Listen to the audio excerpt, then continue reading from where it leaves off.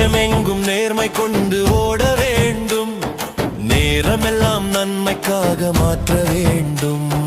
வஞ்சமின்றி வாழுதலே வாழ்க்கைதான் என்று பிஞ்சு மன எண்ணம் கொண்டு வாழ வேண்டும். கடினமான வாழ்வினிலே அர்த்தம் இருக்கா?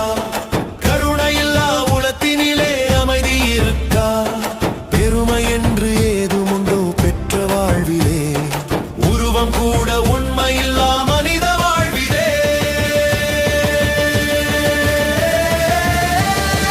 நெஞ்சமெங்கும் நேர்மை கொண்டு ஓட வேண்டும், நேரமெல்லாம் நன்மைக்காக மாற்ற வேண்டும். வஞ்சமின்றி